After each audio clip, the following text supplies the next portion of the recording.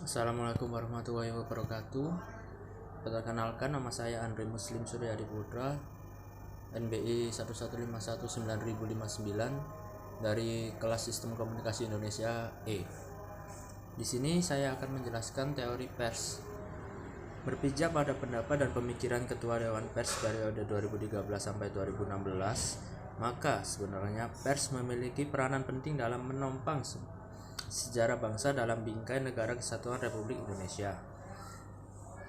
Apalagi sistem negara demokrasi, pers cenderung diposisikan sebagai kalangan menopang pilar demokrasi keempat setelah eksekutif, yudikatif, dan legislatif.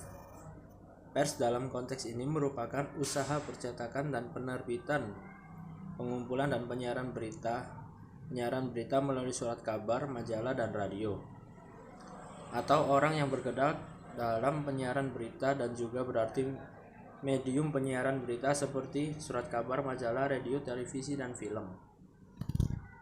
4 teori pers menurut Siebert, Peterson, and Scarm dalam bukunya Four Theories the Pers. Ada 4 macam teori pers, yakni otoriter, liberal, komunis, dan memiliki tanggung jawab sosial. Yang pertama, apa itu teori pers otoriter? Teori pers yang pertama adalah teori pers otoriter atau teori otoritarian. Menurut teori ini, pers mempunyai tugas untuk mendukung dan membantu politik pemerintahan yang berkuasa untuk mengabdi kepada negara. Pada teori pers seperti ini, pers tidak boleh mengkritik alat-alat negara dan penguasa. Ditambah lagi, pers jenis ini dia berada di bawah pengawasan dan kontrol pemerintah. Itu artinya rakyat tidak memiliki hak penuh dalam mengaspirasi pendapatnya.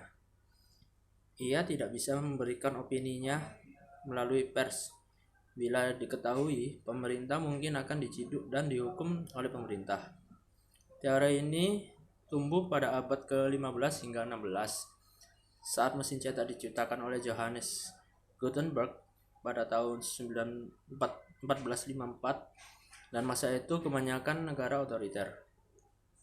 Dalam teori pers otoriter ini, fungsi pers hanya sekedar menyampaikan dan apa yang diinginkan penguasa untuk diketahui oleh rakyat. Posisi negara sangat sentral dan pers menjadikan alat untuk menopang dan mempertahankan kekuasaan.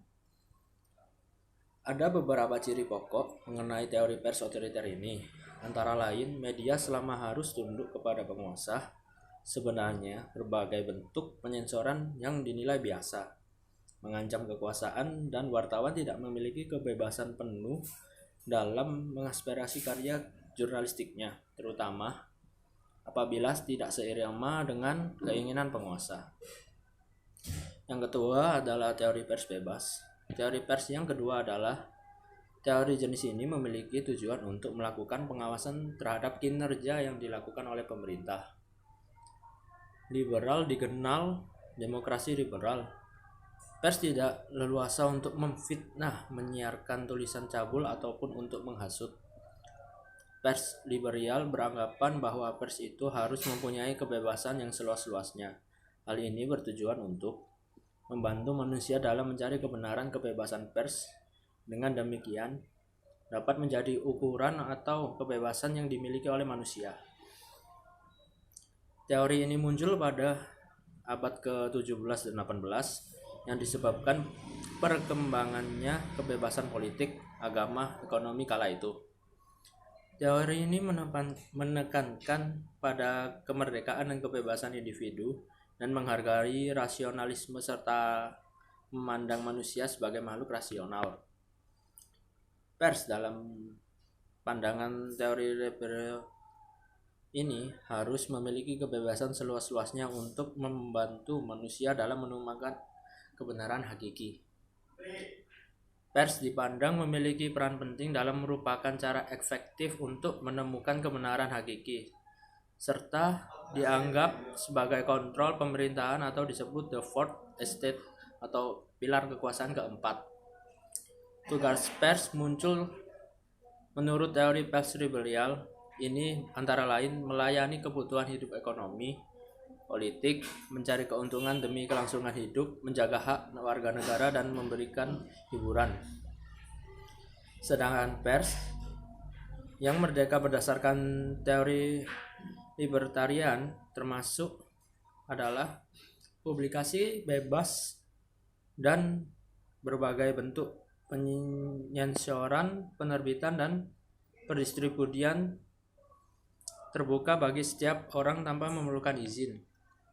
Ciri berikutnya bahwa berbagai jenis kecaman terhadap pemerintah, pejabat, dan aparat akan di politik tidak dapat dipidana, dan melindunginya publikasi yang bersifat kesalahan yang berkait dengan opini yang keyakinan. Teori ketiga adalah teori pers komunis. Teori pers yang ketiga, yang satu ini mulai berkembang sejak awal abad ke-20. Sebagai akibat dari sistem komunis Uni Soviet, media massa pada pers teori ini berperan sebagai alat pemerintah dan bagian integral dari negara. Dan media massa mau tidak mau tunduk kepada pemerintah. Teori ini disebut dengan teori pers otoriter Soviet atau teori pers komunis Soviet. Teori pers komunis Soviet ini tumbuh di Rusia 2 tahun setelah revolusi Oktober 1917. Dan teori ini berakar pada teori pers otoriter atau penguasa. Pers komunis menuntut agar pers melakukan yang terbaik sebagai pemerintah dan partai politik.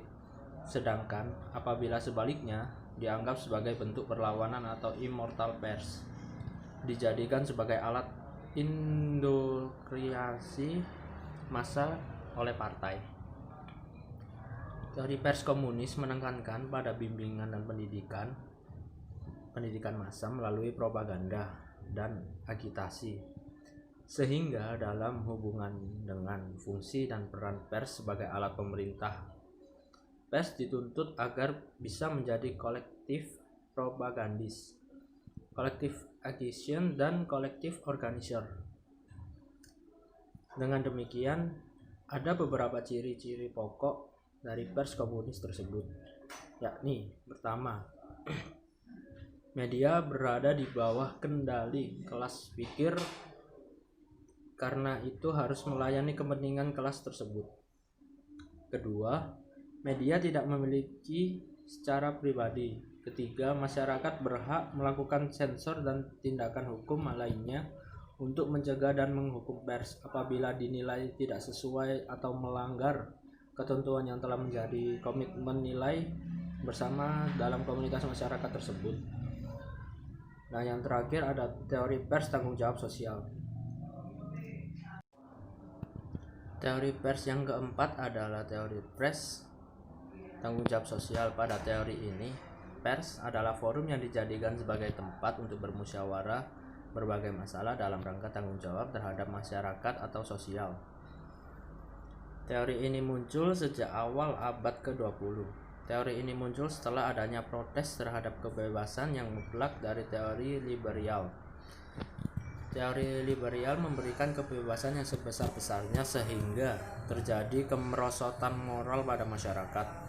Teori tanggung jawab sosial berasumsi bahwa media massa khususnya televisi dan radio merupakan frekuensi milik publik. Jadi apabila media massa dijadikan kendaraan politik suatu partai atau orang, maka sudah melanggar aturan dan norma-norma yang berlaku di masyarakat. Teori ini sebagai upaya untuk mengatasi kontradiksi antara kebebasan pers, media massa, dan tanggung jawab sosial yang diformulasikan. Sistem pers di Indonesia telah diatur oleh Undang-Undang Nomor 40 Tahun 1999 tentang pers. Dalam ketentuan itu disebutkan bahwa pers adalah lembaga sosial dan wahana komunikasi massa yang melaksanakan kegiatan jurnalistik meliputi mencari, memperoleh, dan memiliki penyimpanan informasi baik dalam bentuk tulisan, suara, gambar, serta data dan grafik maupun dalam bentuk lainnya dengan menggunakan media cetak, media elektronik, dan segala jenis uraian yang tersediakan. Sekian, terima kasih.